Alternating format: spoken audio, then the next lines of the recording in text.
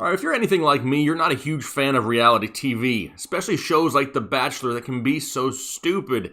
I mean, we just sit around and watch somebody talk about a bunch of people, what they like, what they don't like, the drama that's involved within it. Who's he gonna pick? Who's she gonna pick? I can't stand that. That's why I love fantasy football and mock drafts, because actually you just get to sit around, talk about a bunch of players, the things you like, the things you don't like. There's some drama usually involved. And people always want to know who I'm going to pick? Ah, crap.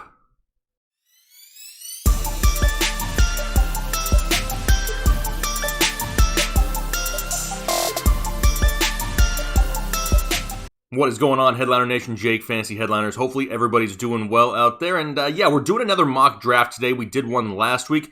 A lot of people enjoyed it. So we're going to start doing them a little bit more regularly, but we want to kind of switch it up a little bit. Yeah, I can sit here and do a mock draft and talk my way through it, and it's going to be really repetitive. So what we're going to do is we're going to try out different strategies. You hear all about, hey, go heavy running back, go heavy wide receiver, go quarterback early, totally forget about tight end until the end. Whatever it is, we'll get into some 10-team leagues, some 12-team leagues, some super flex leagues. We're going to try to develop strategies for all different types of drafts and just see how they work out. Don't get butthurt over a mock draft. I had somebody last week saying, oh, he took David Johnson. This guy doesn't know what he's talking about.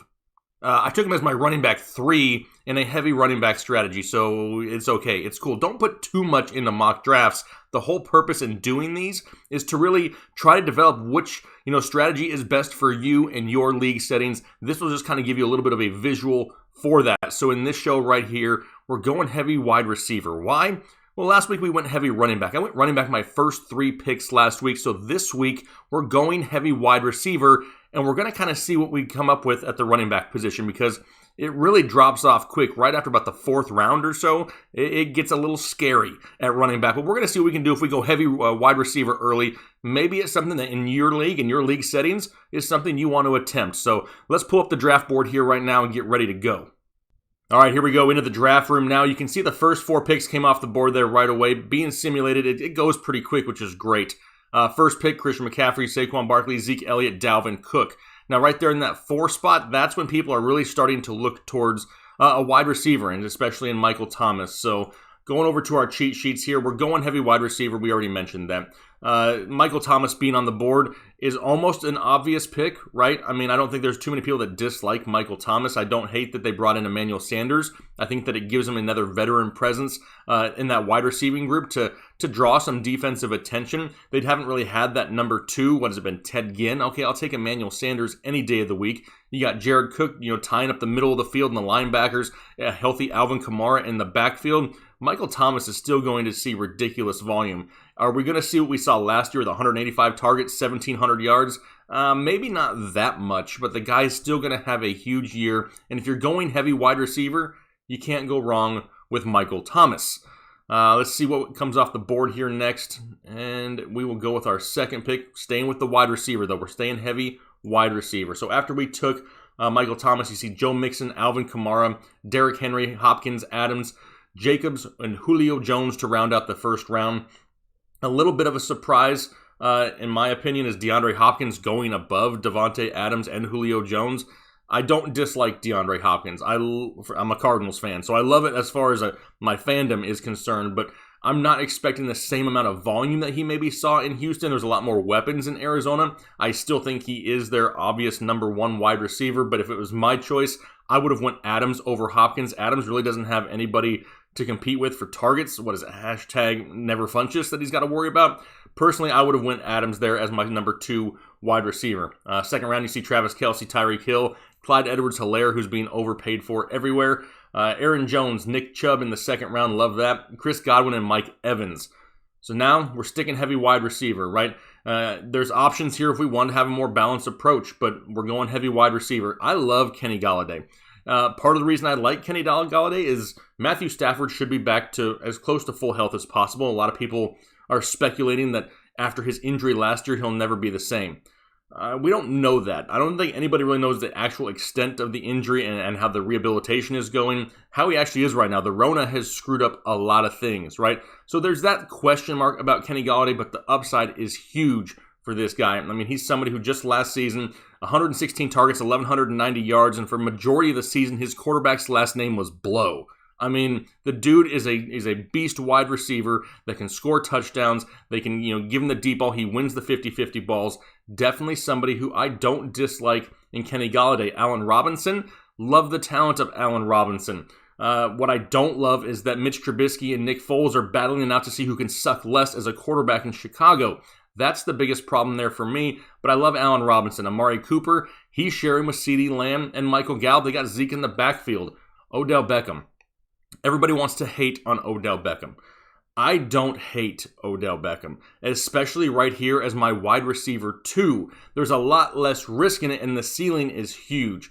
Part of the reason he did not succeed last year, outside of the hate that people want to throw his way for being a Brown or just being Odell Beckham, he showed maturity for the first time in his career, right? In the face of adversity, he showed maturity, which is not what we're used to seeing from Odell Beckham. We've seen some videos come out. He looks to be healthy. Baker's going to be behind a lot better offensive line, giving him more time, and there's that chance that Jarvis Landry may not be 100% good to go come start of the season after his major offseason surgery. So Odell Beckham, in my opinion, is a risk, but the reward is huge. Even in a horrible year that people want to say Odell sucks, he still had 1,000 yards and 4 touchdowns. Now, is that what you want your wide receiver 2 to do? You kind of want a little bit more, but given the circumstances of last year, I think he's capable of getting up to that 1,200 yards and 6 touchdowns.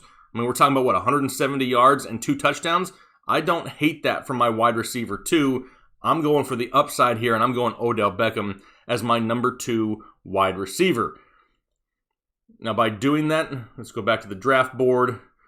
We see Kenyon Drake, Eckler, Fournette, Kenny Golladay, Sanders, Kittle, Gurley, and Lamar Jackson, first quarterback off the board in the 3rd round. Not a whole lot of wide receivers went, right? Look at Allen Robinson still sitting up here at the top with Amari Cooper and Juju. Juju's another one of these guys who I love Juju.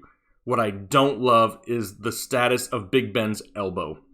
We just don't know, right? And as of right now, there's no other option really in Pittsburgh to go there and be a viable fantasy quarterback to supply the volume we need to Juju. Now, he would be my wide receiver 3, which is great value. However, I don't know if I need more risk, right? I already took some risk with Odell Beckham. Don't know if I need more with Juju. Amari Cooper, you never know when he's going to turn into Amari Pooper. There's times where he just doesn't seem that motivated. Allen Robinson, given the situation that he's in, even last year with Mitch Magic under center, he had 154 targets, 1,147 yards, and 7 touchdowns. Outside of him and maybe Anthony Miller, they haven't really committed to the running game there in Chicago. I expect them to do that a little bit more this year. But Allen Robinson as my wide receiver 3 is huge upside. It's a little bit safer. We know the volume is going to be there, right? So give me Allen Robinson as my wide receiver 3. So far, 3 wide receivers in. You got Thomas, Beckham, and Robinson. If you ain't walking around with straight Chubb right now, I don't know what you're doing. But now that we've gone heavy wide receiver early, we're going to start looking towards running back. Why? I'm starting to itch a little bit because I'm getting worried. So who do we have available? We still have Melvin Gordon, Le'Veon Bell, David Johnson, James Conner, Mark Ingram, and Devin Singletary. I'm basically going to stop it right there because after that, it's a deep drop-off. I don't really want Montgomery. Why? I already have 1 Bear. I don't need 2 Bears because more than likely that offense may not be fantasy viable, multiple weeks in a row. Melvin Gordon, he's going to be splitting with Phillip Lindsay, right? Yeah, he's not going to be somebody who's going to be that bell cow that we saw at times in Los Angeles. However, don't forget, at times in Los Angeles also, Melvin Gordon was very productive alongside Austin Eckler. So it's not like he can't be that way. Drew Lock, in his first full year starting at quarterback, has a lot of weapons on the outside, right? Jerry Jeudy, Cortland Sutton, KJ Hamler, Noah Fant, a decent offensive line. The defense is not going to be able to focus on Melvin Gordon. He's going to get the goal line carries in an offense which we project to be pretty dang good here in 2020. Le'Veon Bell. I want to say that Le'Veon Bell is going to have a better year, but I just can't really get on board with it. Adam Gase kills the talent of the majority of players that he coaches here in the past few years. They just signed old man Frank Gore. If we know anything about that, it's that Frank Gore steals touchdowns, and all of a sudden you'll see him pop in there for a series when you're really banking on some points for your player. So in my opinion, Le'Veon Bell is just going further down the list. David Johnson, a lot of risk, right? The last time we watched this guy play football, it looked like he was running in slow motion, and now he goes to Houston. But Houston just turned Carlos Hyde into a 1,000-yard rusher. They've brought in a bunch of injury-prone wide receivers to go with David Johnson. If any of those wide receivers do miss time, you have to think that that's going to get more opportunity towards David Johnson. The problem is, how healthy is he? Do we know? James Conner. It's come out here recently that Mike Tomlin wants him to be the guy. He wants him to be that workhorse back for them. And I don't disagree with that. I think that James Conner is more than fantasy relevant, right? Whenever he plays, he produces. He just gets hurt a lot. The thing with this, though, is we can take somebody like an Anthony McFarland late in this draft, and all of a sudden, James Conner, we kind of have a handcuff for him that we're going to take super late, that if anything happens to Conner, we still have that workhorse running back for the Pittsburgh Steelers. So Mark Ingram, he may be the safest option out of all of them. I know they've drafted J.K. Dobbins, but it's the Baltimore Ravens offense, and what are they going to do? They're going to run the football. That's just kind of what's going to happen. So I'd love to grab Mark Ingram as my running back too. I don't know if he's going to make it back around. So we're going to have to take a stab here at one of these guys who's going to have some risk involved. We go Melvin Gordon, David Johnson, James Conner. I've taken David Johnson in a draft before. I'm not excited to have any one of these guys as my running back one. Let me preface it that way. But I'm going to go with the guy who's on the offense that's going to utilize the running back position the most. So I'm going to go with James Conner, cross my fingers, and then we're going to try to get Anthony McFarland here a little bit later, hoping that Mark Ingram falls, and he does. Now, we're here in the 5th, and David Johnson is still sitting on the board. This is going to be a question for a lot of people. At what point is David Johnson not as much of a risk? Now, I said I wanted Mark Ingram here, thinking that David Johnson would not be. Here on the draft board after our last pick, we had Gordon, Devontae Parker, Ertz, Bell, Watson, Woods, Chark, and Lockett come off the board. So it's a decision time, right? Do we go for the huge risk in David Johnson with the potential upside, or do we go with the safer play of Mark Ingram? Well, this is why I'm going to choose what I'm going to choose. We have risk with Conner, right? He's had injury concerns in the past. It's not something where he's had one bad injury, tough luck last year. No, the guy continually racks up injuries. Odell Beckham, he's coming off an injury-riddled season, and yes, there's going to be some risk associated there. Allen Robinson, who's his quarterback? Is it Foles? Is it Trubisky? I got a lot of question marks, huge upside, but some question marks. So I want a safer bet, right? I want somebody that I know I can count on to go out there and touch the ball in a high-powered running offense that I don't have to worry too much about.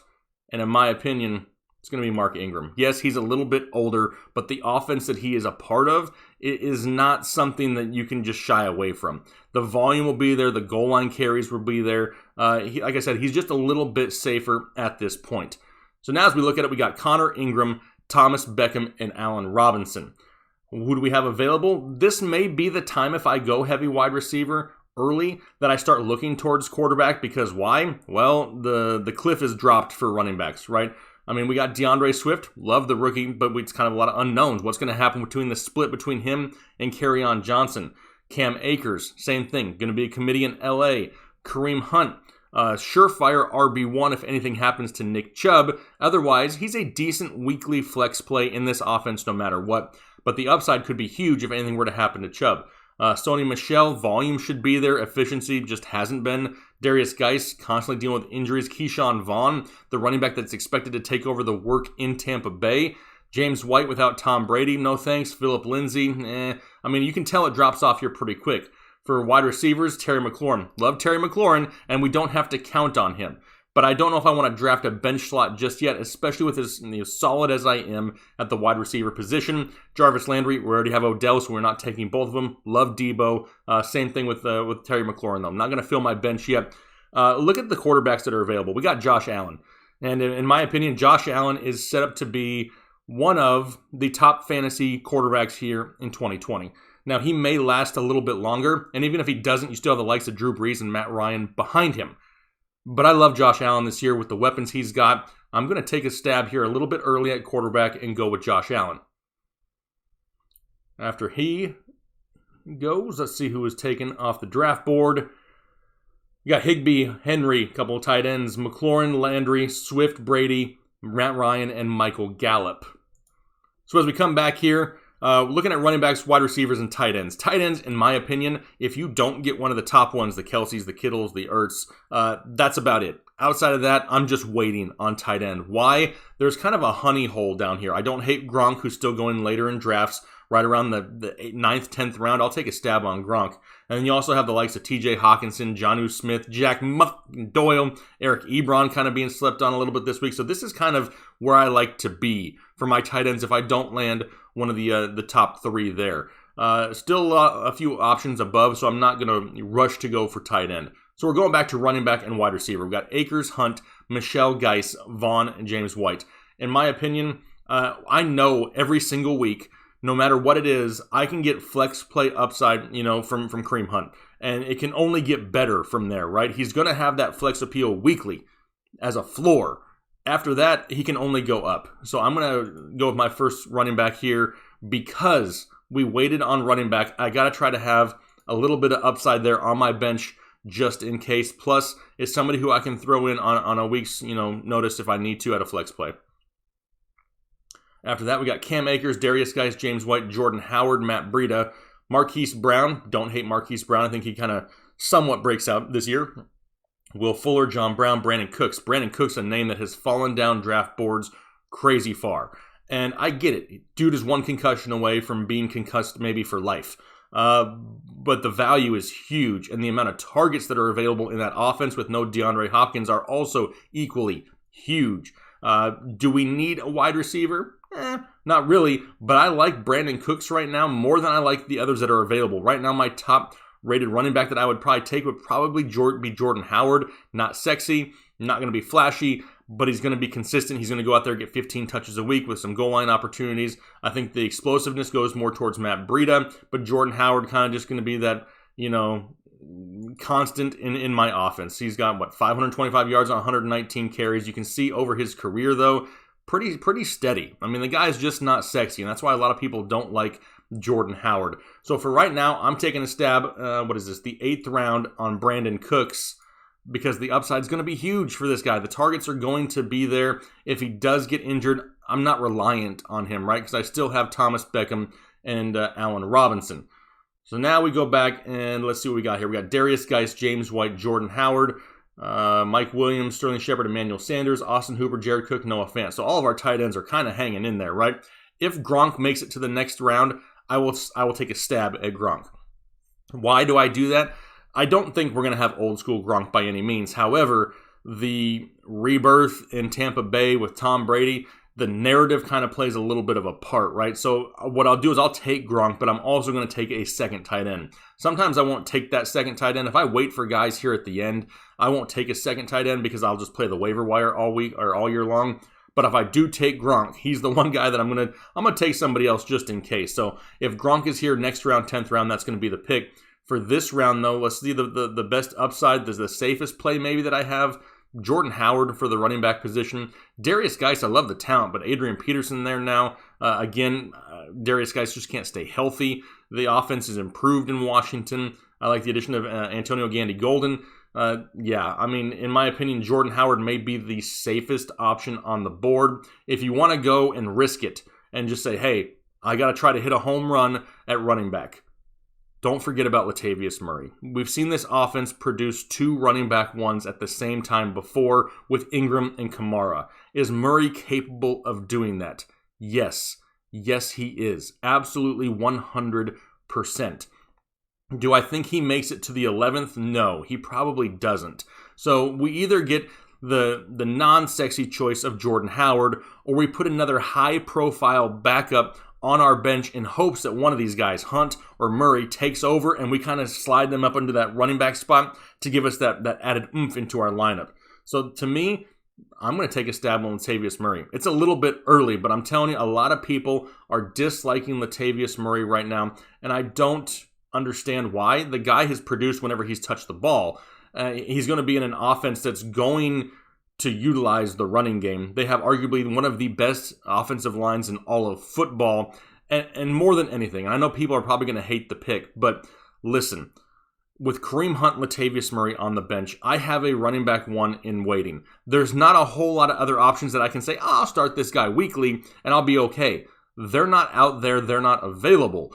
So why not take the guys that have that ridiculous ceiling? If anything happens to Chubb or Kamara, both of these guys RB1s instantaneously. And now, if one of those happens, I don't have to worry about the health of James Conner or maybe J.K. Dobbins taking away some of Ingram's work. I have some time to play around. That's the huge upside.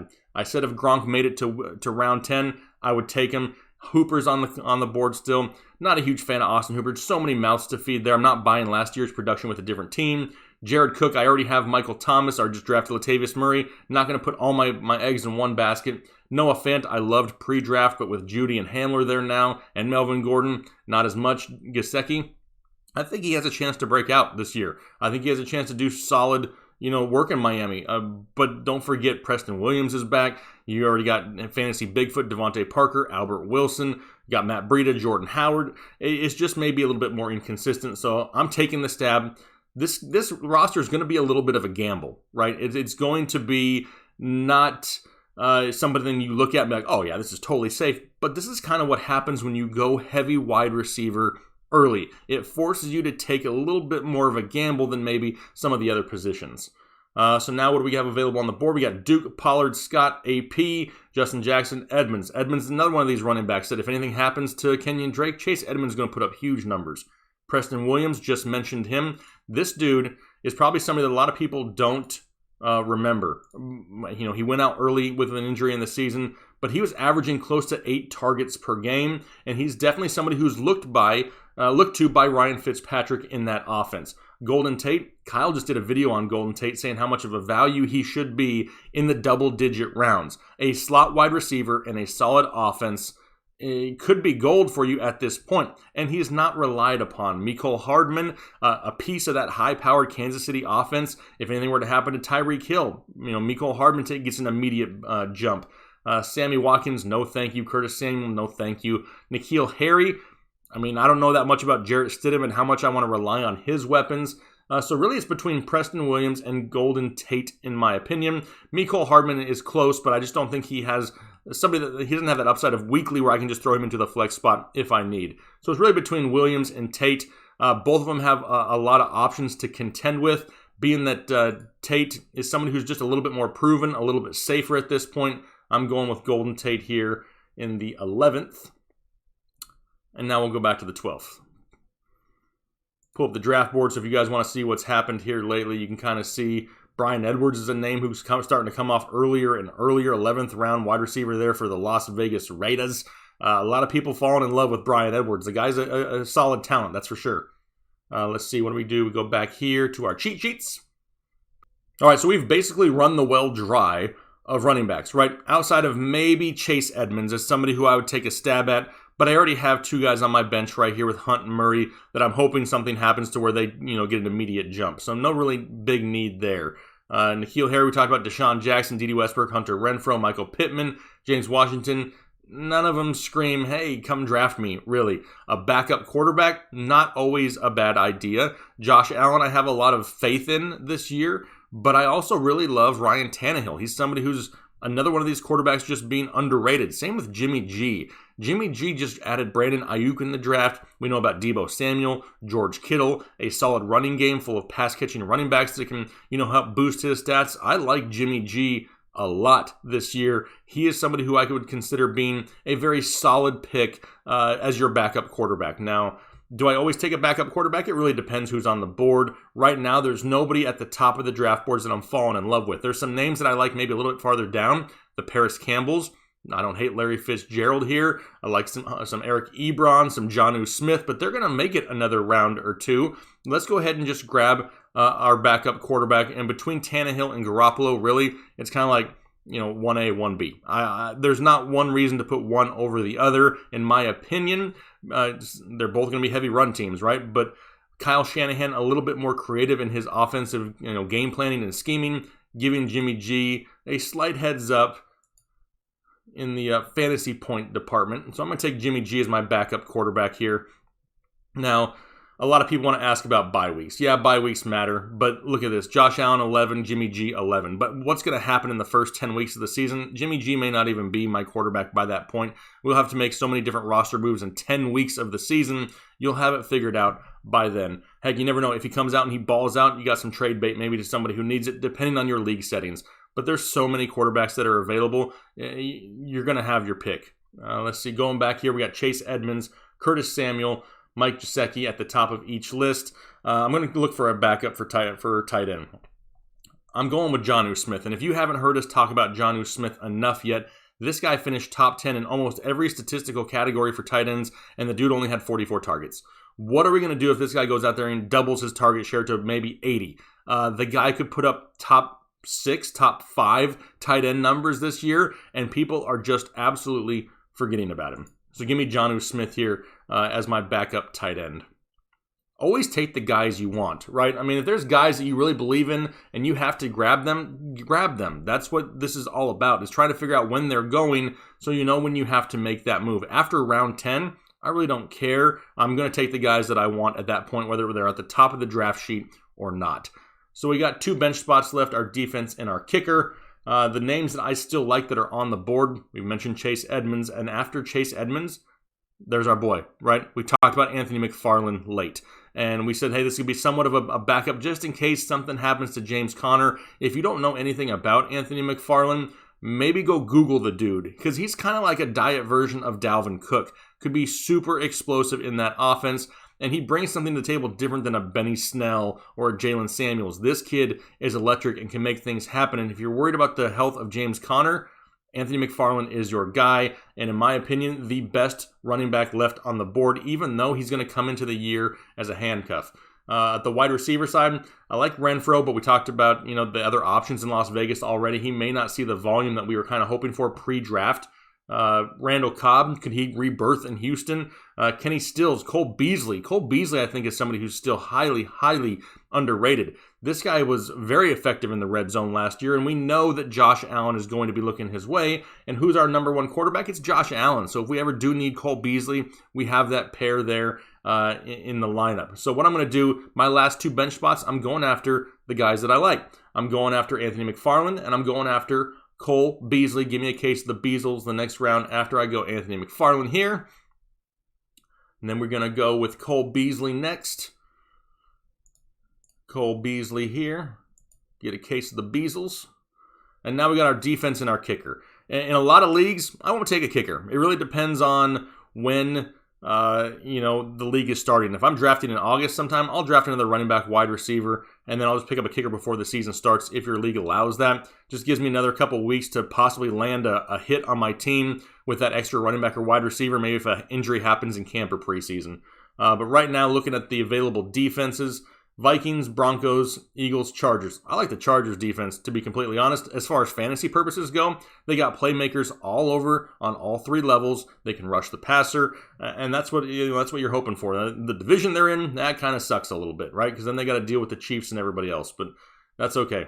I mean, a lot can happen with defenses. Don't put too much stock. Try to find yourself some playmakers whenever it comes time. As far as a kicker, honestly, just pick a kicker that kicks indoors if you have to take a kicker. In my opinion, that's 8 games out of the year that they're not going to have to worry about weather. So that's my biggest concern there. First one up here, we got Matt Prater, Zane Gonzalez, Kaimi Fairbairn. He was the number 1 kicker, 2 years ago? It's a kicker. It doesn't really matter. Going with Matt Prater. Big leg in Detroit. Improved offense. Give me Matt Prater. So here we go. This is going to spit out a score here. And obviously going heavy wide receiver, the Fantasy Pros does not enjoy. But I'm going to put both these lineups here side by side, and you can tell me which team do you like better. Team heavy wide receiver, team heavy running back. Personally, I would rather have the heavy running back team, in my opinion. I think it's an overall more solid team and gives you a better overall chance to win weekly. This one right here, the way this one was drafted, it's boom or bust, right? You're going to have a lot of possibility. This team could maybe finish first. This team could maybe finish 9th. I mean, there's a lot that goes into this team. Kind of why I don't really like going that heavy wide receiver off the bat. It just kind of really limits you at the running back position, in my opinion. That's one of the top positions you have to draft, right? You want touches. Right now, James Conner, Mark Ingram, with Brandon Cooks and Latavius Murray, I'm hoping, right? I'm just hoping that there's some health there and that maybe somebody gets to take over for their running back one in front of them. But let me know what you think down below in the comment section. These are always fun to do. Like I said, not my top way to do a draft. This is not how I would draft a team personally, but a lot of people out there love the zero RB upside. I mean, they love going heavy running back. If that's you, let me know down below maybe why. Why do you value wide receivers so much when there's so many of them to choose, right? That's such a deep position. Why not load up on running back early? But let me know down below in the comment section. Greatly appreciate the support. Looking forward to interacting with you guys. And we'll be doing more mock drafts every single week. So let me know down below in the comment section also what type of mock draft would you like to see? Which kind will really help you plan for your fantasy football drafts here in 2020. But like I said, we appreciate you. Look forward to the rest of our videos here this week, and we'll talk to you later. Have a good one.